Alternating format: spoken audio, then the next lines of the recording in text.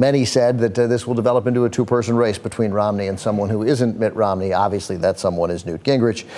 Mitt Romney clearly recognizes that. He is taking his campaign from South Carolina to Florida.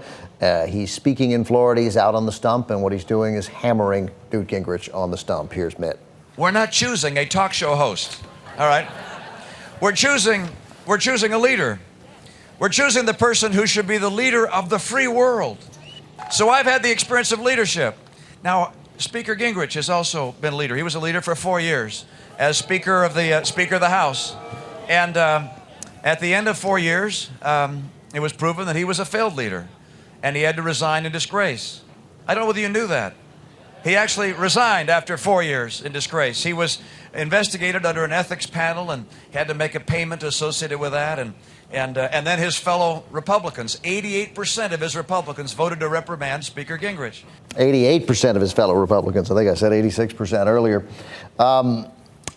Mitt needs to tighten that up. He needs some specifics there. And again, this is now the latest line of attack that Mitt Romney has taken against Newt Gingrich, is that failed leader and the massive ethical lapses while he was Speaker of the House. It doesn't get back to what I think is still the most effective attack on Newt, aside from his personal complications and the embarrassment of the manner in which he treated his first two wives, while, of course, attempting to impeach President Clinton. But it's still going to be the fact that this guy then left Congress and took $1.6 million, not from Fannie Mae, Freddie Mac. Which one? I'm not sure.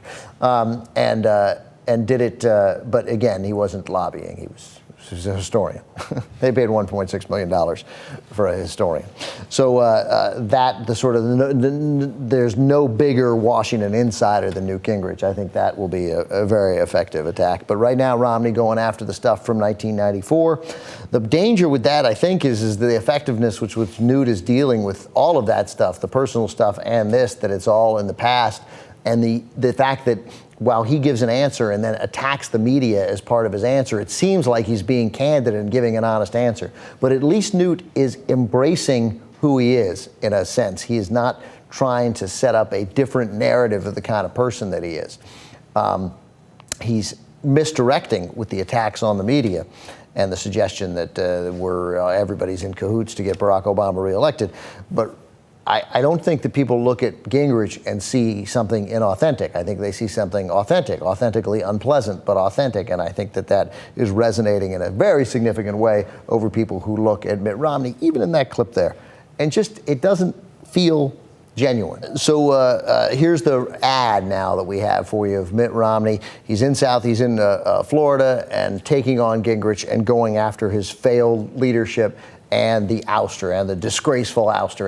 88% of the Republicans voting against it. The same thing he's hitting on the stump.